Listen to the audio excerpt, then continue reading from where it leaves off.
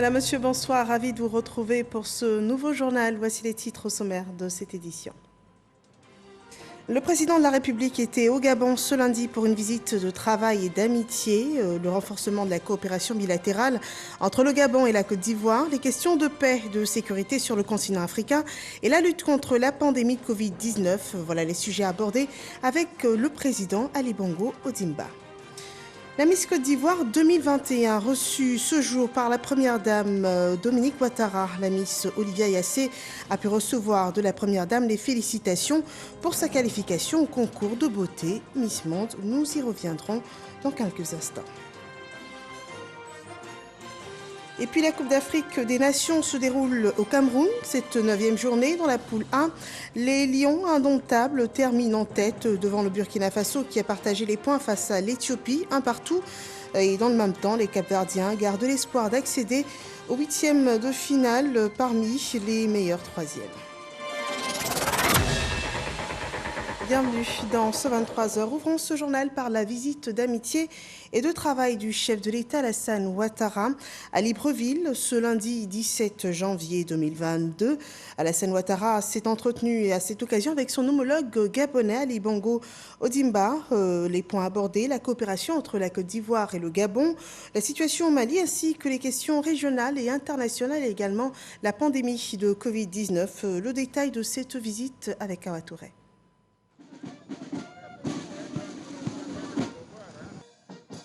Libreville, ce lundi 17 janvier 2022, le président de la République Alassane Ouattara, en visite d'amitié et de travail, s'est entretenu avec son homologue gabonais Ali Bongo Ondimba.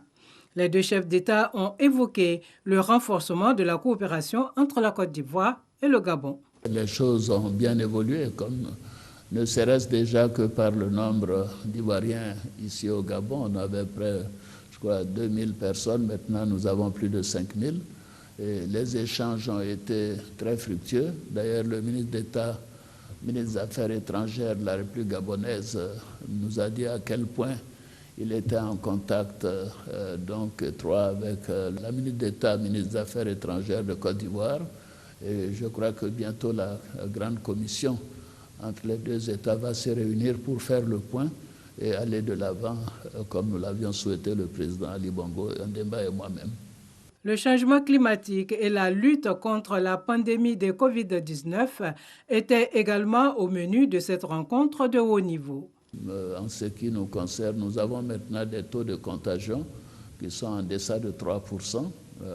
Pendant la période de fin d'année, on a eu une flambée où les chiffres étaient multipliés par 5 ou par 10 quelquefois, mais les choses se sont calmées, et notamment au niveau de la vaccination, les progrès sont importants.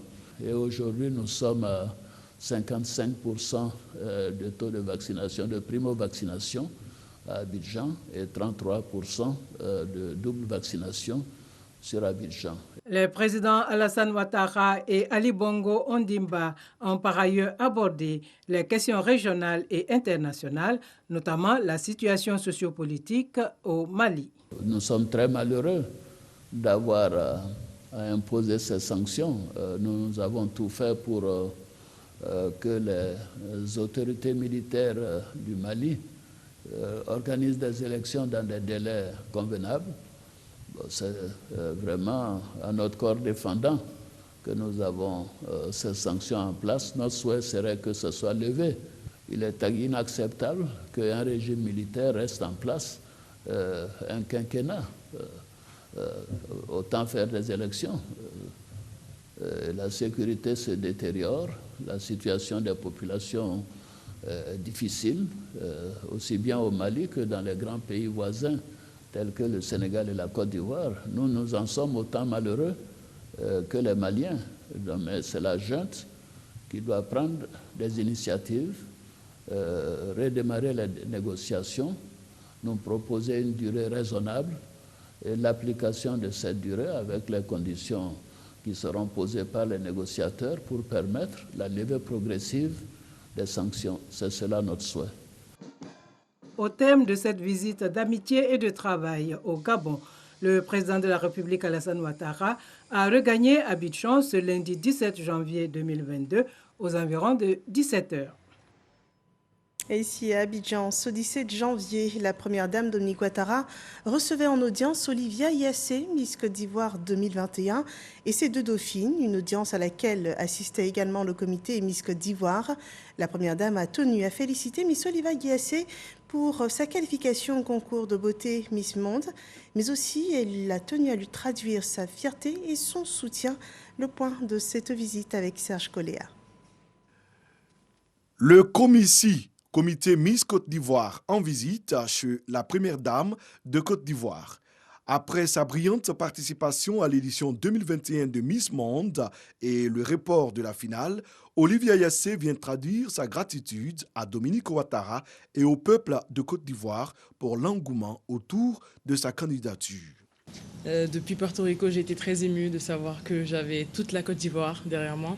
J'avais un élan de soutien admirable, c'était formidable et j'étais très heureuse. Et ça m'a aussi donné la force de continuer et d'aller encore plus loin pour pouvoir ramener la couronne à la Côte d'Ivoire. Alors à toutes mes sœurs ivoiriennes et à tous mes frères ivoiriens, je voudrais vous dire merci, franchement, du fond du cœur, pour tout le soutien. Merci pour cette solidarité, de toujours être derrière moi. Et je vous demande de continuer à m'aider et à me soutenir et de me donner la force pour que je puisse revenir avec la couronne bleue. Pour la marraine du concours Miss Côte d'Ivoire, Olivia Yassé fait la fierté de la Côte d'Ivoire. Elle a espoir de la voir repartir avec succès à l'assaut de la prestigieuse couronne mondiale. Je crois qu'Olivia a toutes les qualités pour être Miss Monde et nous serions très heureux qu'une Ivoirienne soit élue la plus belle femme du monde. Donc nous l'encourageons et nous lui prodiguons tous les conseils que nous pouvons avoir. Nous avons une très belle candidate qui est non seulement belle, mais qui est trilingue et qui s'exprime très très bien. Donc je pense que voilà, nous avons toutes les chances que notre candidate puisse réussir. Nous croisons les doigts. Vainqueur de plusieurs épreuves, Olivia Yassé, du haut de son 1,80 m, était classée parmi le top 5 de la grande finale de Miss Monde du 16 décembre 2021 à Porto Rico. Annulé pour cause de Covid-19, le nouveau rendez-vous est prévu pour le 16 mars 2022. Nous parlons à présent de développement agricole. Une organisation pour booster la filière anacarde a été ouverte. Il s'agit de l'organisation interprofessionnelle agricole pour l'anacarde. Elle a été installée à Yamoussoukro. Le compte-rendu de Kwasio Kwame. Aussitôt née, l'organisation interprofessionnelle agricole de la filière anacarde, en abrégé OIA Anacarde, dotée d'un conseil d'administration. Ici investi par le ministre d'État, ministre de l'Agriculture et du Développement rural. Ces 15 administrateurs, des représentants, des exportateurs, transformateurs, acheteurs et producteurs de noix de cajou. Ils s'engagent, selon que fixé par l'État, entre autres, à valoriser la chaîne des valeurs de la filière anacarde. Désormais, on ne parlera plus d'un producteur qui viendra vendre ses noix de cajou brutes, mais plutôt vendre à l'état semi-fini. Pour dire qu'on aura des unités de transformation de proximité qui seront mises en place, qui vont travailler à faire ressortir ce qu'on appelle les produits, les AND ou les amandes non dépelliculées. Et ces amandes seront acheminées vers les unités modernes qui seront installées dans toutes les régions, bien tous les districts. En d'autres termes, l'OIA Anacarde est un outil de création de richesses et de bonne gouvernance. Nous avons besoin, au niveau de la filière anacarde, de contrepoids. Et ce contrepoids vient des acteurs. Nous allons donc pouvoir dérouler toute la politique inspirée par le président de la République de façon à ce que la filière anacarde devienne mature et consolider tous les acquis qui ont été donc gagnés depuis l'arrivée de son Excellence président Alassane Ouattara au pouvoir. L'OIA Anacarde, la 12e des OIA, est la dernière née des structures dans le cadre de la réforme de la filière anacarde. Le processus a duré 7 ans et mobilise encore les 19 régions de production de la noix de cajou. D'où l'espoir du ministre d'État, ministre de l'Agriculture, de voir se poursuivre les progrès impulsés par le président Alassane Ouattara. Nous allons nous battre aux côtés du président de la République pour que le paysan ivoirien connaisse véritablement le bonheur. Il est arrivé des moments où on achetait le kilogramme de noix de cajou à 50 francs, à 75 francs, à 150 francs. Depuis l'avènement du président Alassane au pouvoir, le prix du kilogramme n'a fait que grimper et il va grimper davantage. Environ 1 million de tonnes, la production de la Côte d'Ivoire, leader mondial de noix de cajou, et plus de 293 milliards de francs CFA distribués en 2021. Et le secteur agricole bénéficie aussi du soutien de la coopération Côte d'Ivoire-Inde qui a permis un don de produits et matériels culturels à des coopératives de femmes, des femmes qui exercent dans la culture maraîchère. On voit cela avec Éric Corret. Ce sont des représentants d'une dizaine de coopératives qui sont bénéficiaires de ces produits composés de semences et de matériel culturel maraîchers. Ces semences vont forcément faciliter la tâche à ces femmes et à la fin du processus, faire de très bonnes récoltes. Ce don est d'une entreprise indienne spécialisée dans la fabrication d'acier. Il s'est fait en présence de l'ambassadeur de l'Inde en Côte d'Ivoire, son Excellence Sailas Changal. L'agriculture représente l'une des professions les plus importantes dans notre société. Nous ne pouvons pas vivre sans nourriture. L'un des sens donc que je donne à cette cérémonie, c'est de chercher à combler les besoins dans l'agriculture ici en Côte d'Ivoire. Cette remise de dons s'est faite aussi en présence de plusieurs autorités administratives et politiques qui saluent l'action. Ça va permettre aussi à ces femmes d'être beaucoup plus autonomes. Je crois donc que le don que l'ambassade de l'Inde vient de faire permettra de contribuer à la mise en œuvre du projet du président de la République, à savoir la Côte d'Ivoire solidaire. Les bénéficiaires, quant à elles, promettent d'utiliser ces produits de façon rationnelle pour atteindre des résultats satisfaisants. Il y a au moins 4000 femmes qui vont bénéficier de ce don. Chaque association aura sa part. Le message que je vais donner à mes sœurs, c'est de prendre courage pour que l'association marche. Cette action s'inscrit dans le cadre des entreprises citoyennes encouragées par les autorités ivoiriennes qui mettent au cœur de leur politique l'amélioration des conditions de vie des populations. À l'École nationale d'administration ENA, les perspectives de l'année 2022 de la fonction publique ont été définies. La ministre Anne-Désirée Ouloto a exigé la transparence et la célérité dans le traitement des dossiers, et tout cela avec une priorité sur les actions de proximité. Le point dans ce compte-rendu. Remise individuelle du cahier de charges pour l'exercice 2022 à chaque directeur et responsable de structures centrales et sous tutelle. La ministre de la fonction publique et de la modernisation de l'administration met ainsi en mission l'ensemble de ses collaborateurs. Pour cette année qui s'annonce, Anne-Désirée Ouloto fait le point, mais surtout instruit ses services sur la nécessité d'une action axée sur la proximité, l'efficacité et la célérité dans le traitement des dossiers. C'est à cette approche de gestion axée sur les résultats que je vous exhorte tous. L'engagement du gouvernement à promouvoir une Côte d'Ivoire solidaire exige de chacun de nous que nous agissions au quotidien à améliorer les conditions de vie des populations et à leur faciliter l'accès à des prestations de services publics de qualité.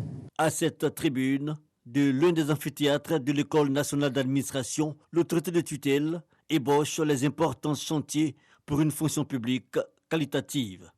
Il s'agit, en matière de fonction publique, de la déconcentration des canaux d'information et singulièrement du CICFAE dans les directions régionales, du paiement effectif de la première pension de retraite immédiatement le mois suivant la radiation des effectifs. Il s'agit également de la réforme de l'ENA, du Conseil de discipline de la fonction publique et du secrétariat de l'ordre du mérite de la fonction publique.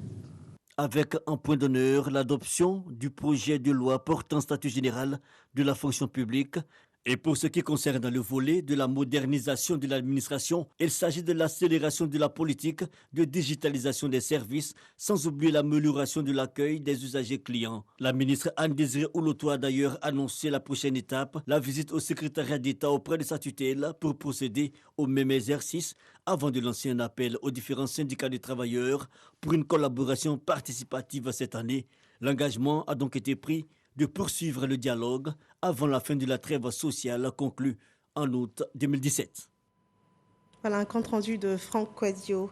Nouvelle année, nouvelle perspective. Le ministère de la Promotion de la bonne gouvernance, du renforcement des capacités et de la lutte contre la corruption a aussi élaboré son plan stratégique, cette fois pour la période 2022-2025.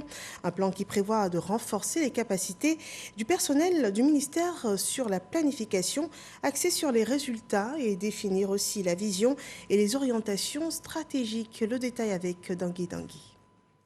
Santé, éducation, justice, tous les domaines de la vie de la nation sont exposés à la corruption, s'ils n'en souffrent pas déjà, selon les experts, qui indiquent par ailleurs que la Côte d'Ivoire a une faible performance en matière de bonne gouvernance et de lutte contre la corruption. Et cela malgré les efforts du gouvernement. C'est pourquoi le ministère de la Promotion de la bonne gouvernance, du renforcement des capacités et de la lutte contre la corruption a organisé un atelier pour se doter d'un plan stratégique 2022-2025. Si la corruption est une pratique occulte, qu'il se fait, comme on le dit, sous la table, dans une parfaite entente entre deux personnes, aujourd'hui, la lutte contre la corruption a su prendre sa place en Côte d'Ivoire. Le ministre Epiphane Zoro a su traduire la vision de son Excellence, Monsieur le Président de la République, donc a su donner à cette vision-là une force qui aujourd'hui est en train de se traduire en programme, en plan stratégique pour les années à venir. Entre autres enjeux de ce plan stratégique appelé à être validé, renforcer les capacités du personnel du ministère sur la planification axée sur les résultats et le cadre de mesure des rendements. Et en 2022, on n'abandonne pas la lutte contre la migration irrégulière. La jeunesse s'implique dans la campagne de sensibilisation dans la région d'Unisie, nous dit Jean-Marc Djadji. Ils sont des milliers, ces jeunes qui, chaque année, optent pour l'immigration irrégulière. Selon l'Organisation internationale pour l'immigration OIM, l'année 2021 est classée année record avec plus de 28 000 migrants. À Dimbokro, la jeunesse est sortie écouter le message de la Fondation Espoir de Dimbokro à travers des activités telles qu'un don de sang, un tour cycliste et un match de gala. Pour les initiateurs, mener ce genre d'action peut contribuer à rendre la jeunesse plus consciente sur les risques de l'immigration irrégulière. J'espère que ce genre d'initiatives pourront être perpétuées dans le temps et aussi permettre aux jeunes d'être mieux sensibilisés et d'avoir un impact fort et de leur montrer que c'est possible de pouvoir se battre sur leur sol et de pouvoir s'en sortir. Le Super Ebony 2019, Serge Koléa et son équipe sont venus soutenir l'initiative. Bientôt, une campagne dénommée « Reste chez toi » va sillonner la Côte d'Ivoire. Le concept « Reste chez toi » va sillonner toute la Côte d'Ivoire pour parler de paix, mais surtout pour inviter nos jeunes à éviter de s'inscrire dans cette vision de migration irrégulière qui les mène à la mort, qui les mène à un avenir incertain. Et pourtant, il y a tellement d'opportunités en Côte d'Ivoire, il y a tellement d'opportunités en Afrique pour nos jeunes qui, malheureusement, ont décidé de s'inscrire dans cette voie sans issue. Aujourd'hui, il faut que nos jeunes qui sont concernés par cette thématique se lèvent eux-mêmes pour parler aux jeunes. C'est pourquoi, en tant qu'ambassadeur de la paix, nous soutenons l'initiative de ces jeunes. La caravane Reste chez toi est un concept du Club des Amis de la Culture. Bientôt, cette campagne sillonnera des communes et régions de la Côte d'Ivoire. Elle aura pour objectif de sensibiliser la jeunesse à l'immigration clandestine. Voyons à présent le point Covid de cette journée.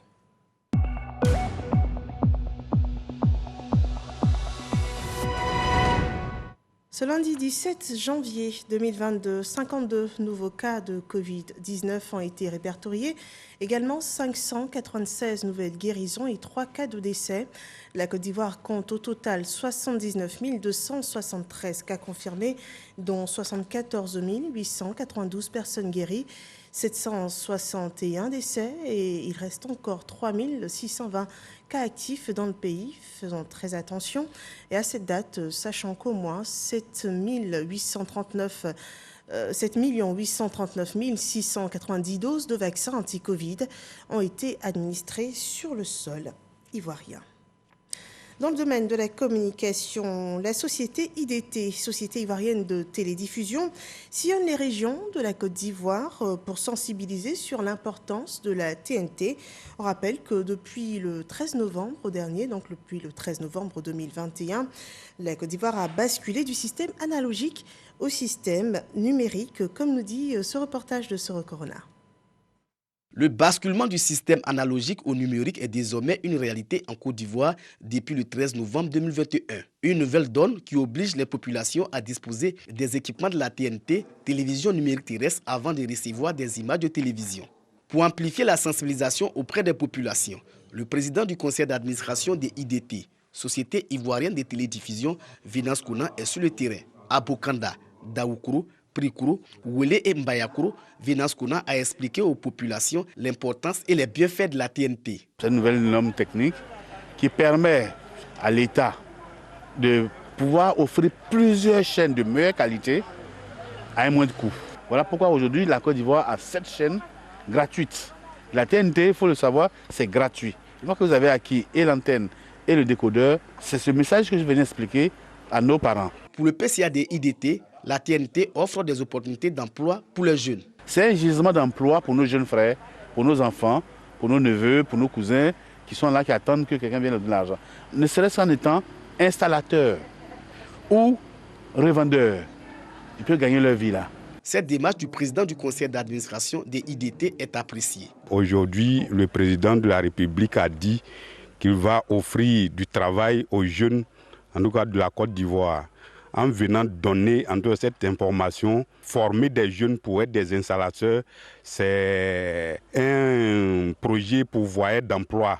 Arrivé au village, je vais informer tous les jeunes pour qu'on puisse venir faire la formation. La télévision numérique terrestre offre une meilleure qualité d'image et de son. Les équipements de la TNT empêchent la coupure du signal en cas d'orage. Pour l'heure, la TNT compte 7 chaînes de télévision en Côte d'Ivoire. Parlons à présent de sensibilisation pour la préservation du réseau routier. Ça se passe dans le Lodjibois où le Haut Conseil du patronat des entreprises routières sensibilise les transporteurs sur la nécessité de préserver l'état du réseau routier. Un acte de civisme que rapporte Mahama Traoré. Des routes en construction, d'autres déjà réalisées. À Abidjan comme à l'intérieur du pays, les transporteurs sont les premiers à profiter de l'amélioration du réseau routier. Premiers bénéficiaires, donc premiers protecteurs de ces infrastructures essentielles à la mobilité des personnes et des biens.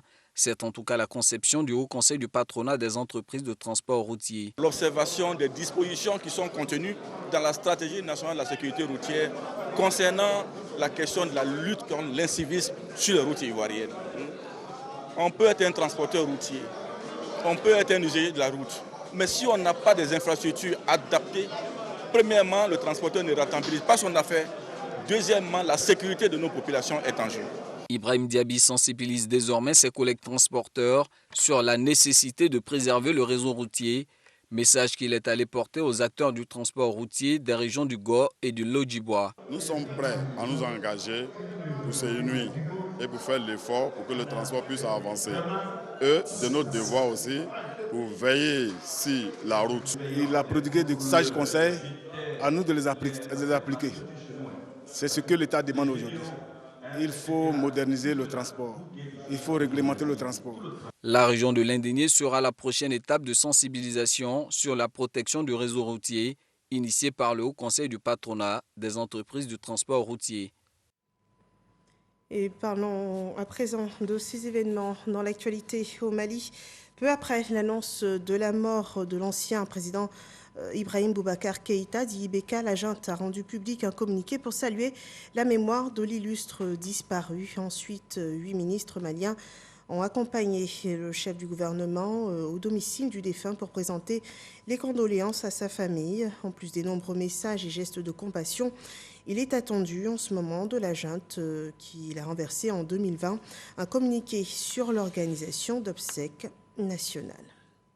En Guinée, Alpha Condé, lui aussi déchu du pouvoir en 2020, a pu quitter Conakry ce jour. Il avait obtenu plutôt l'autorisation des autorités de transition de quitter le pays pour des soins médicaux pour une durée de 1 mois. L'ancien président guinéen s'est envolé vers les Émirats arabes unis. Et cet événement qui rassemble tous les Africains, la CAN 2022 qui se déroule au Cameroun. Je vous propose à présent le résumé des matchs du Cap-Vert qui ont opposé le Cap-Vert au Cameroun, le Burkina Faso à l'Éthiopie et voilà le résumé. Le Burkina Faso valide son billet pour les 8e de finale de la CAN après son match nul face à l'Éthiopie lors de la 3e journée de la phase de groupe. Bien entré dans le match, Cyril Bayala exploite parfaitement une passe de Benjamin Guira et permet aux Burkinabés de mener au score 1-0 à la mi-temps. La pause est salutaire pour les Éthiopiens qui reviennent dans la partie avec l'égalisation sur pénalty signé Jetane Kedebe. 1-1, score final. Dans l'autre match, pas de carton plein pour le Cameroun. Vainqueur lors de les 2 premiers matchs, les Lions indomptables ont été accrochés par le Cap-Vert. Si l'inarrêtable Vincent Boubacar s'est encore illustré avec son 5e but dans cette compétition, les Cap-Verdiens ont su réagir en rétablissant la parité juste après la pause. Avec ce but, les hommes de Boubista ont de grandes chances de finir parmi les meilleurs 3e et valider leur qualification pour les 8e de finale. Mais ils devront attendre l'issue des autres poules. Et RTI Sport nous propose de revenir sur l'ambiance durant ces matchs. 2 buts partout. Le score du 2e match des éléphants de Côte d'Ivoire face aux Lion Stars de la Sierra Leone. Place Agora de Koumassi. Malgré le match nul, les Ivoiriens ne se laissent pas gagner par le découragement. Ne dit-on pas que découragement n'est pas ivoirien? Découragement n'est pas ivoirien.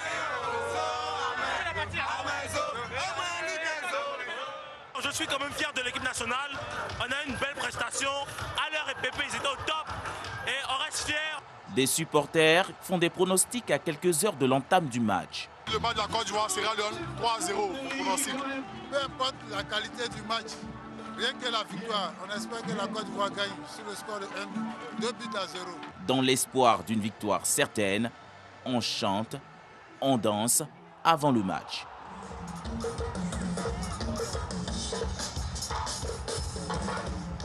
On est très content déjà de faire partie des artistes qui jouent ici pour la victoire des éléphants. Et évidemment, ça nous fait vraiment plaisir. C'est comme un acte de citoyenneté pour nous. Les buts de Sébastien Haller à la 25e minute et de Nicolas Pépé à la 65e minute créent l'hystérie.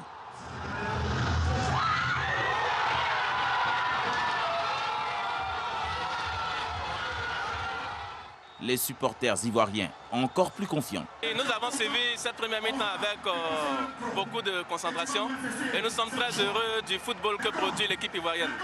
Et je pense que les Ivoiriens dans leur majorité ont compris que notre équipe n'a pas besoin d'analyse mais de supporters. La Sierra Leone égalise, stupéfaction, questionnement, désolation. Avec ce match nul, les Ivoiriens gardent encore la foi en leurs éléphants footballeurs. Nous devons féliciter notre équipe nationale qui s'est bien battue. Malheureusement, à la dernière minute, c'est une erreur qui peut arriver. On prend un but et je pense que ça va être aussi un leitmotiv pour l'équipe nationale pour le prochain match contre l'Algérie. On fait des calculs, on croise les doigts pour le prochain match des éléphants face au Fennec d'Algérie jeudi prochain. Voilà, c'était l'ambiance en Côte d'Ivoire du match qui opposait les éléphants de Côte d'Ivoire à la Sierra Leone, un match qui s'est déroulé hier au Cameroun. Le calendrier de cette 33e édition de la Coupe d'Afrique des Nations s'égrène tout doucement. Dans le groupe B, demain à 16h, le Malawi affrontera le Sénégal, ensuite Zimbabwe, la Guinée. Dans le groupe C, à 19h, le Gabon sera face au Maroc et ensuite le Ghana face aux Comores. Voilà qui met fin à cette édition d'information. Et nous rappelons que tous ces matchs sont à suivre en direct sur RTI 1. Excellente fin de soirée chez vous.